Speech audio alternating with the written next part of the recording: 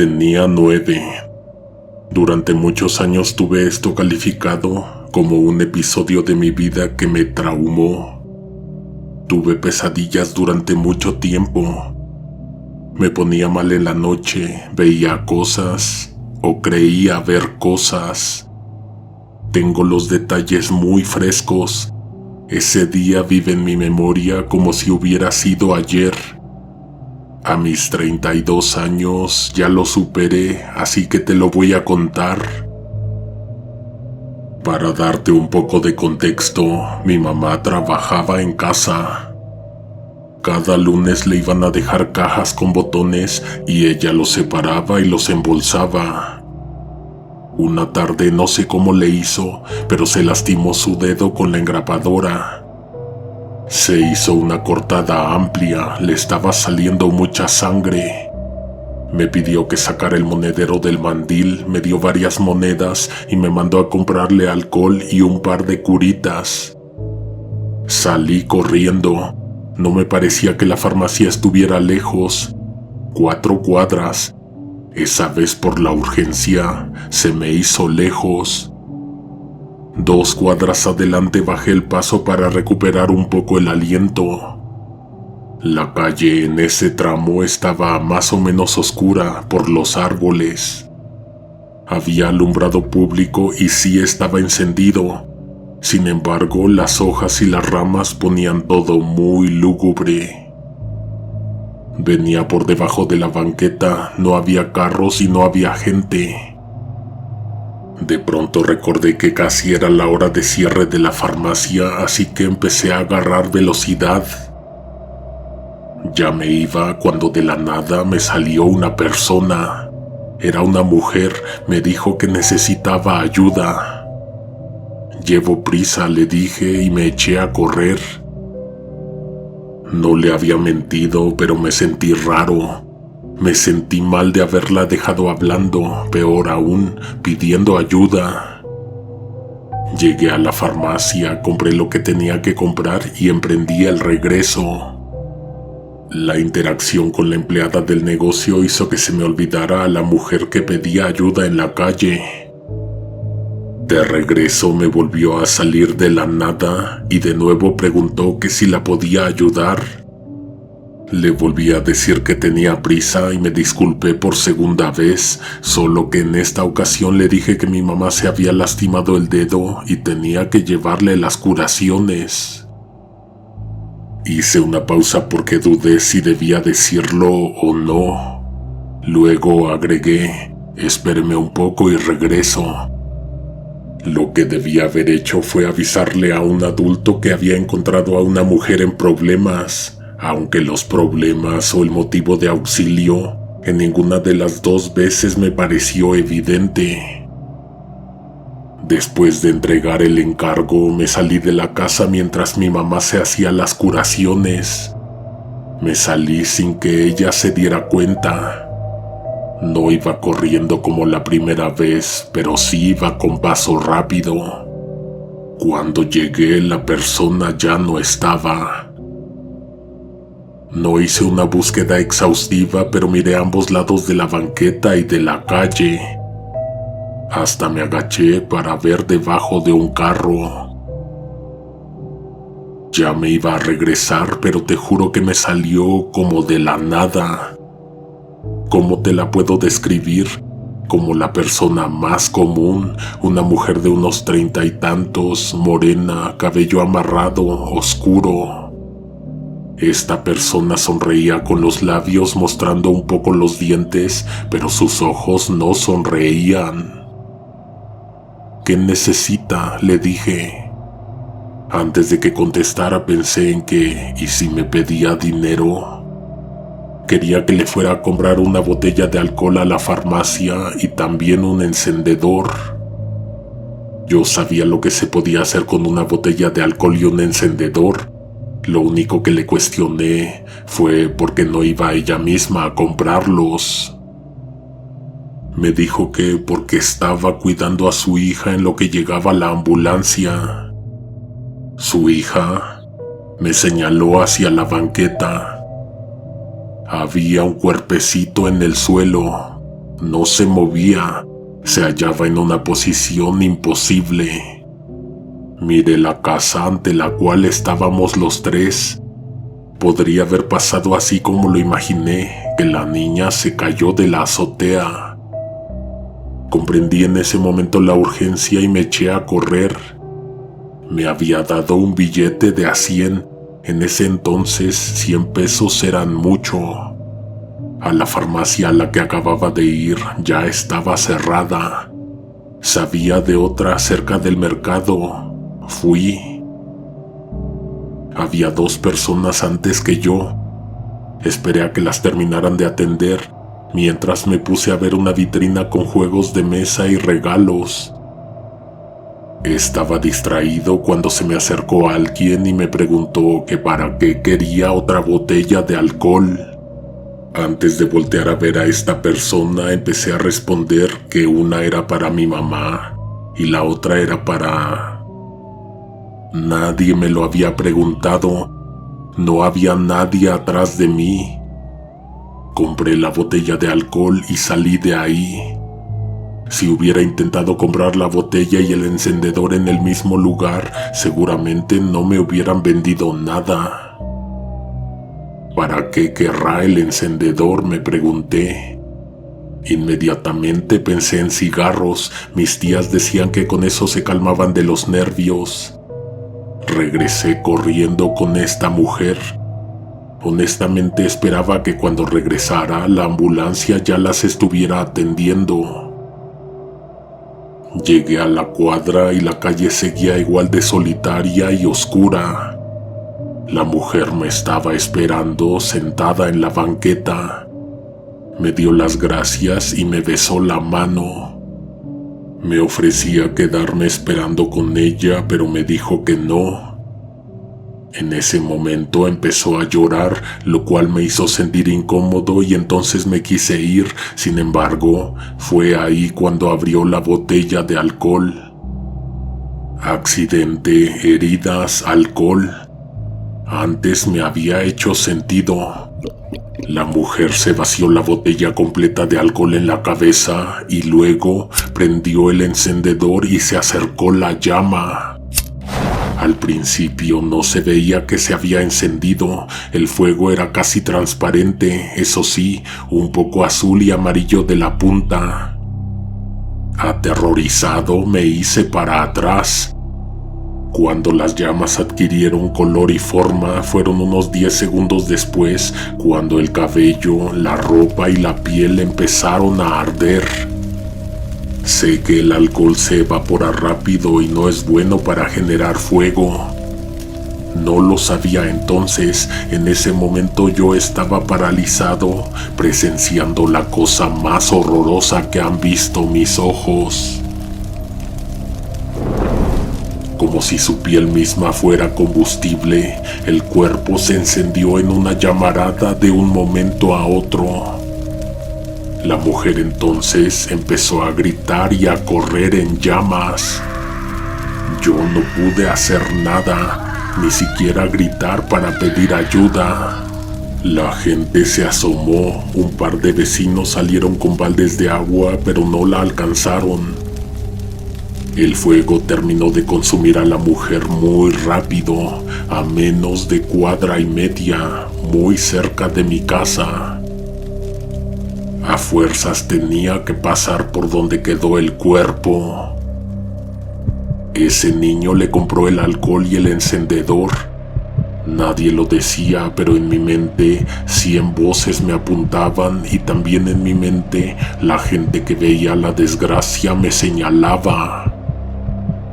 Mi mamá me vio entrar agitado y me preguntó qué había pasado, pero yo no le quería decir. Mi actitud la preocupó. Yo de todas maneras no sabía cómo empezar. Ambos escuchamos la ambulancia. Ella salió, yo no quise asomarme. Regresó como a los 10 minutos, una eternidad. La viste, ¿verdad? Viste a la mujer ardiendo en llamas. Mi madre me cuestionaba si había visto a la persona tirada en el suelo. No me preguntó si la vi rociarse el combustible y prenderse. Llorando, dije que sí. A nadie nunca le pude decir que yo le compré la botella de alcohol y el encendedor, aunque me mataba por dentro estar guardando ese horrible secreto. Lo que vi me traumó. No sé si a ti también te hubiera traumado. La cosa era que junto con la desgracia vinieron muchos recordatorios. Todas las noches me despertaba asustado. Te juro que no solo fue el trauma de haberla visto morir. No solo la imaginaba cuando tenía los ojos cerrados o las pesadillas que me provocaba su imagen. A veces abría los ojos a mitad de la noche y encontraba mi recámara iluminada. Entraba una luz amarilla por la ventana, una luz que vibraba y temblaba. Varias veces me asomé. Siempre había afuera un bulto en llamas, una persona ardiendo, mirándome. ¿Cómo le llamarías a eso? ¿Una maldición? Creo que por eso es que Conejo siempre dice, nunca te quedes a ver un accidente. Hasta el día de hoy, a mis 32 años, aún la veo. No es siempre. No viene conmigo todas las noches, pero cuando lo hace, es su luz lo que la delata, lo que me despierta. Se prende mi cuarto en luz anaranjada, como si ella estuviera ahí.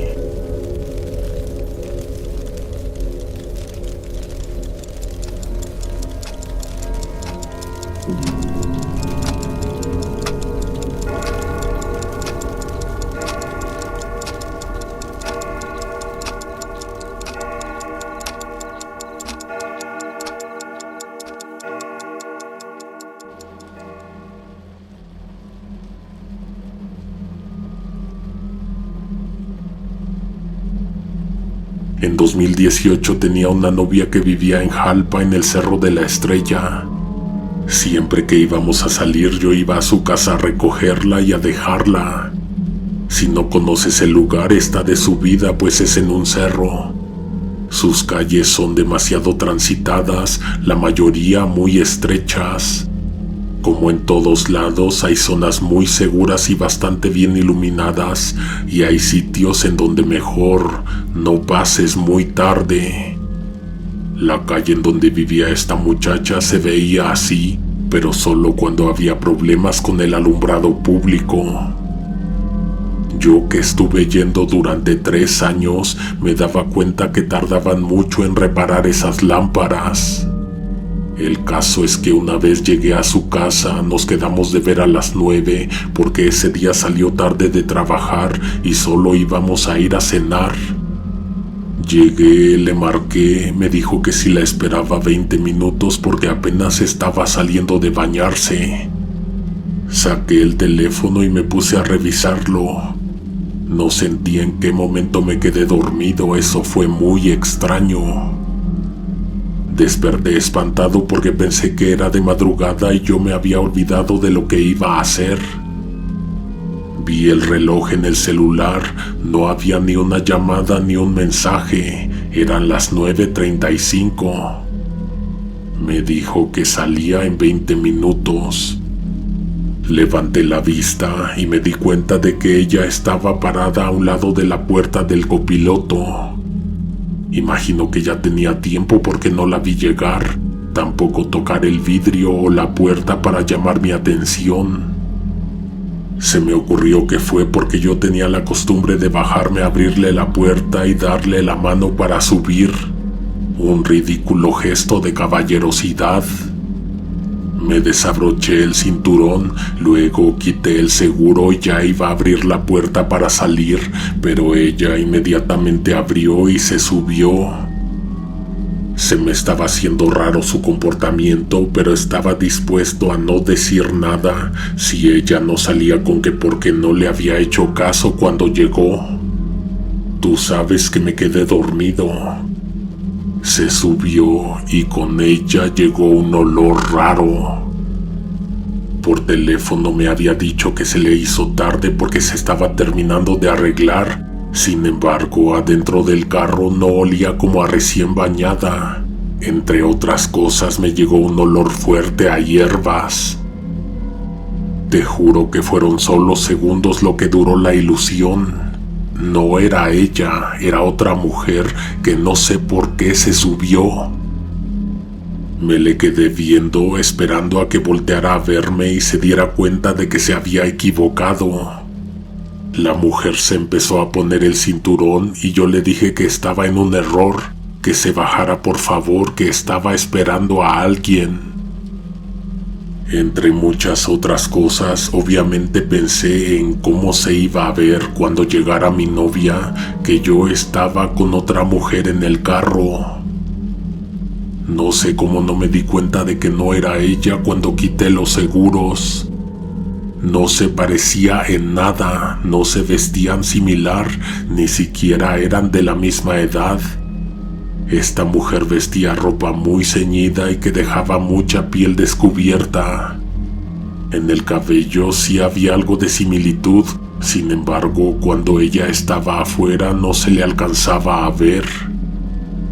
Giró la cabeza hacia mi dirección poco a poco, como si supiera que me iba a espantar cuando le viera la cara. Era un rostro sin ojos, uno muy distinto al que te estás imaginando. Tú piensas en que como no hay ojos, hay dos huecos. No, en esa cara nunca hubo ojos. Ese rostro parecía no haber sido diseñado para tenerlos. Lo que sí tenía era una sonrisa que francamente me puso a temblar. Sus labios eran oscuros y sus dientes grandes. En ese momento me bajé del carro, no sabía qué hacer, me alejé del vehículo esperando a que apareciera una persona en la calle. No sé por qué en ese momento estaba necesitando que alguien me dijera qué hacer. Como a los 30 segundos, en la banqueta vi aparecer a mi novia. Ella me vio desde el otro lado de la calle, no vio el carro, pensó que yo había llegado caminando. ¿Ves que te dije que me alejé de donde lo estacioné? La tomé de los brazos, la vi a los ojos y le dije que teníamos un problema. Que mientras la estaba esperando, alguien se había subido sin permiso al carro. Le describí a la persona. Lo primero que le dije era lo que me había impresionado a sobremanera, lo de su rostro. La llevé hasta el carro mismo que había dejado por allá atrás porque no había encontrado otro lugar en donde dejarlo. Cuando llegamos le dije que se pusiera detrás de mí, pero ella se quedó a un lado. Casi estoy seguro de que antes de abrir la puerta vi a esa persona o lo que fuese dentro. Cuando la abrí, no había nadie. No había nadie, pero sí había algo, un gato. Un gato grande salió del carro y se fue caminando tranquilo hacia un árbol que escaló. Antes de subirse, mi novia me preguntó que si solo era una mujer. Me lo dijo con una seguridad que casi parecía que sabía qué era lo que había pasado. Sí, solo una. Vámonos, me dijo. Arranqué el carro y avancé. No llegamos ni a media calle cuando se sintió que alguien se subió al cofre. No solo tronó la lámina, sino que también se movió el carro. Caminó hacia el techo por encima de nosotros y luego pisó la cajuela. No vimos nada ni a nadie. El cuerpo que lo hizo era invisible o algo parecido. Un gato definitivamente no había sido. Un poco más adelante me encontré con que la calle estaba cerrada y tuve que darme la vuelta en U ya que no había paso.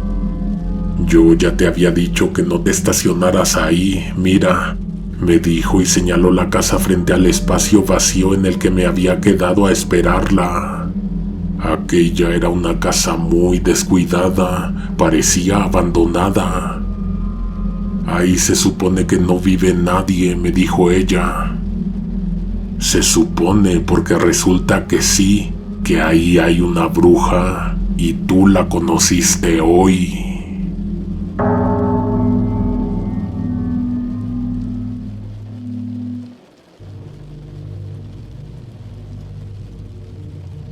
Siempre decimos que a una de mis primas podría pasarle literalmente cualquier cosa. Como que atrae, no sé si decir desgracias, pero a ella le pasan las cosas más raras. Es de esas personas que nunca dicen que no. No porque sea ingenua, sino porque simplemente no piensa demasiado antes de hacer algo. Le dices, vamos a ver qué hay detrás de esa puerta, y ella ya está empujando la puerta antes de que termines la frase. ¿Quieres conocer a un tipo que hace hipnosis y ya está sentada frente a él dejándose hipnotizar? Nunca se pregunta si es buena idea, solo lo hace. Por eso a ella le han pasado cosas que a nadie más. Una vez, sin saber cómo, terminó cenando en la casa de unos desconocidos porque le dio pena decir que no cuando la invitaron. Al principio todo parecía normal hasta que se dio cuenta de que nadie en la mesa hablaba entre sí. Solo la miraban como si esperaran algo de ella. Se rió nerviosa, hizo un comentario al aire y un hombre que no había notado hasta ese momento la corrigió con su propio nombre, como si la conociera de toda la vida. Se quedó hasta el postre porque no supo cómo excusarse para irse. Otra vez dejó que una amiga le leyera las cartas en una casa que tenía fama de estar embrujada. Y desde entonces dice que tiene sueños raros. Sueños en los que hay alguien parado junto a su cama. En los que se ve a sí misma durmiendo desde el techo. Una vez despertó con el cuerpo arañado, como si algo le hubiera caminado por encima durante la noche. En un viaje se subió a un coche equivocado porque no quiso quedar mal corrigiendo a quien la llamó por otro nombre. Cuando se dio cuenta de que el camino no le era familiar, preguntó con la voz temblorosa a dónde iban. «A casa», dijo el hombre del volante sin dejar de sonreír.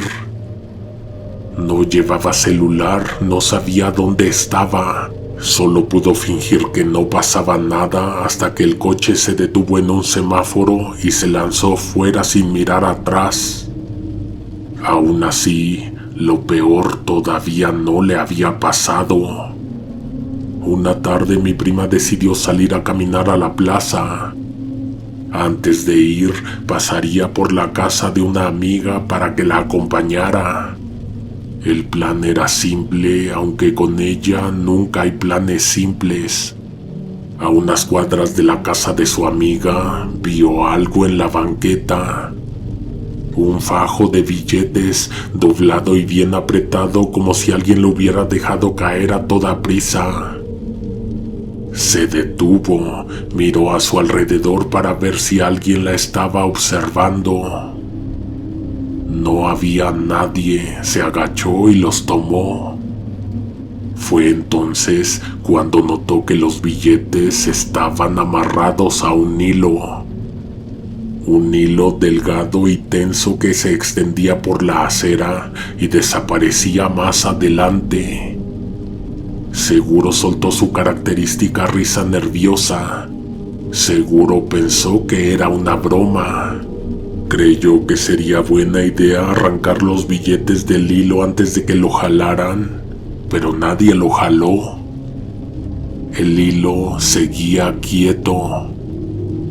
La curiosidad le ganó. En lugar de irse, decidió seguir el hilo.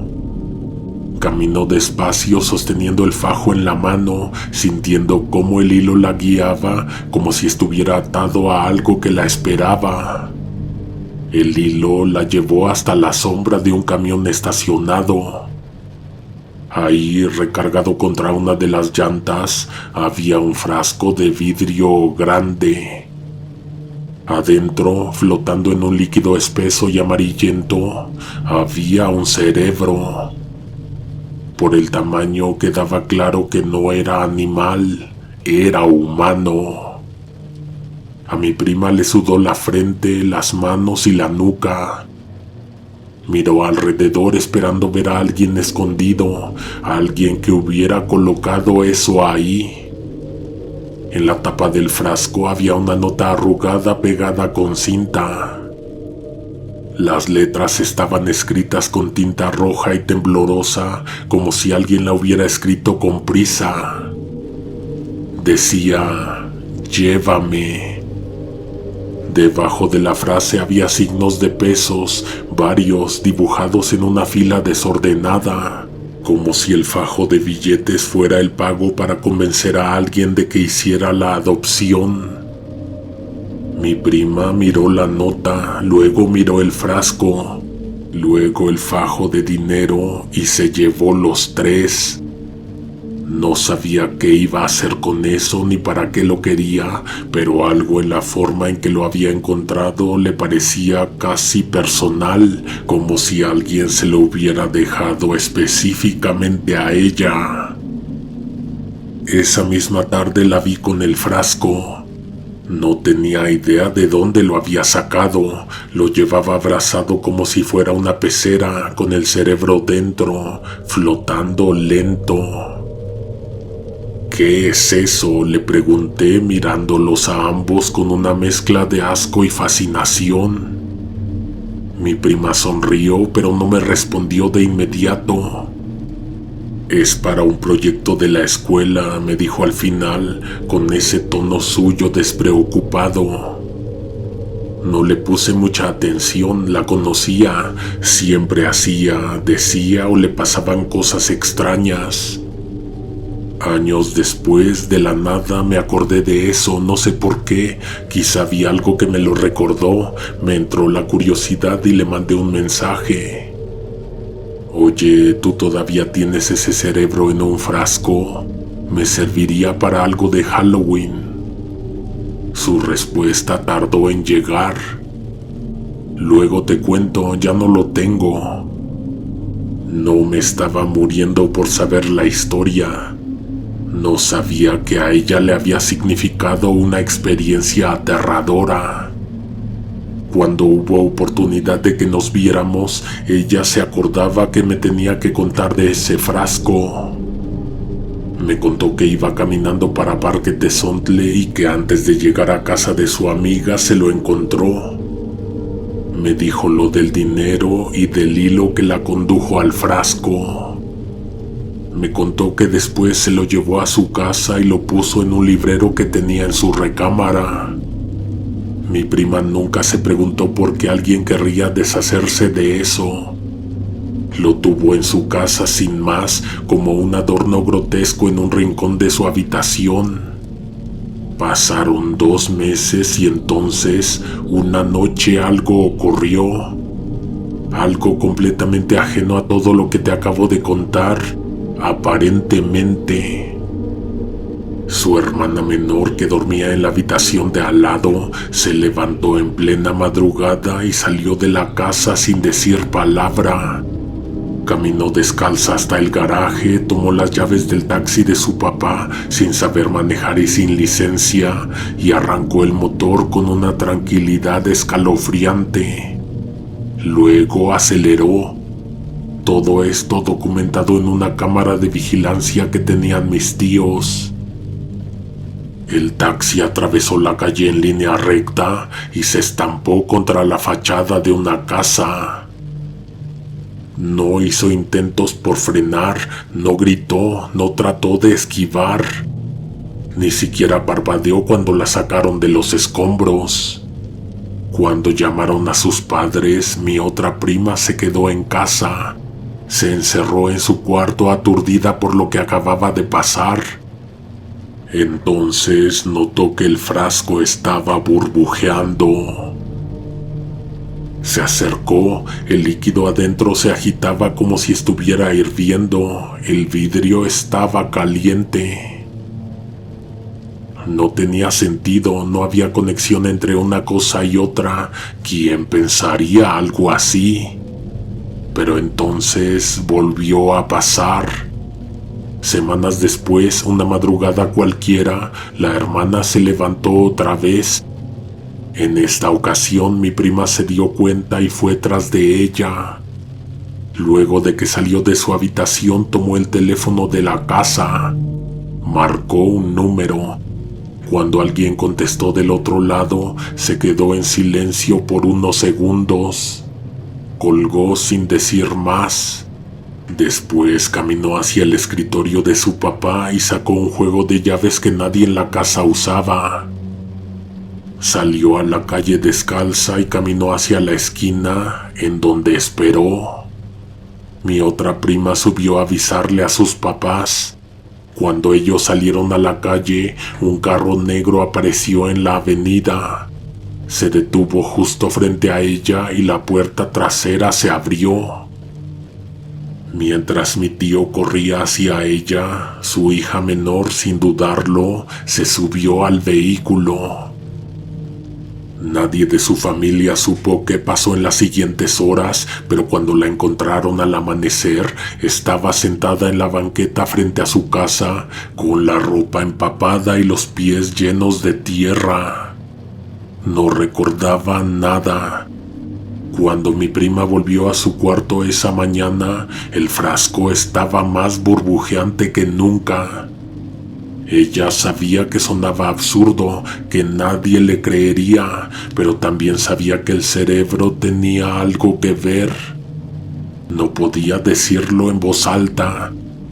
Ni siquiera podía terminar la idea en su cabeza sin sentirse ridícula, pero ahí estaba. La siguiente noche tomó el frasco con ambas manos y salió a la calle. Caminó sin rumbo fijo, buscando un lugar donde deshacerse de él. En un impulso lo levantó por encima de su cabeza, lista para estrellarlo contra el pavimento, y entonces se arrepintió. No porque no quisiera romperlo, sino porque algo en su pecho le apretó con fuerza. Un miedo irracional, una sensación de que si lo hacía, algo terrible pasaría. Se quedó ahí temblando en la acera, sosteniendo el frasco entre sus manos. Respiró hondo, lo abrazó contra su pecho y empezó a caminar. Sin darse cuenta, se dirigió al metro. Bajó las escaleras y se subió al vagón sin pensarlo demasiado. A mitad del trayecto sintió que el frasco estaba tibio, casi reconfortante. No miró a nadie, no pensó en nada. Cuando las puertas se abrieron en Bellas Artes, salió. Caminó hasta una de las jardineras de la explanada del palacio y colocó el frasco entre las plantas. Se quedó ahí un momento viéndolo. Luego sacó su monedero, tomó un par de billetes y los puso debajo del frasco. Sacó también la nota que había conservado desde el primer día, la que encontró pegada a la tapa cuando lo recogió. «Llévame». La dejó junto con los billetes, dio media vuelta y empezó a caminar de regreso.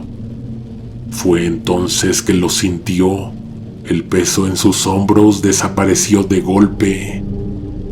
Un alivio tan repentino que casi le dobló las rodillas. No se había dado cuenta hasta ese momento, pero mientras viajaba en el metro, algo había tomado el control. Algo se había acomodado dentro de ella, guiándola hasta ese punto exacto. Como su hermana cuando se llevó el taxi de mi tío o cuando se fue toda la mañana en un coche desconocido. Yo te pregunto, conejo y audiencia, ¿qué dirían de mi prima que estuvo poseída?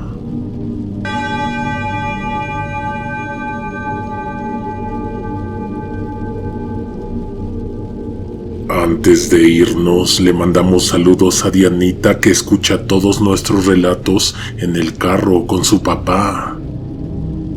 Ahora sí, nos vemos pronto.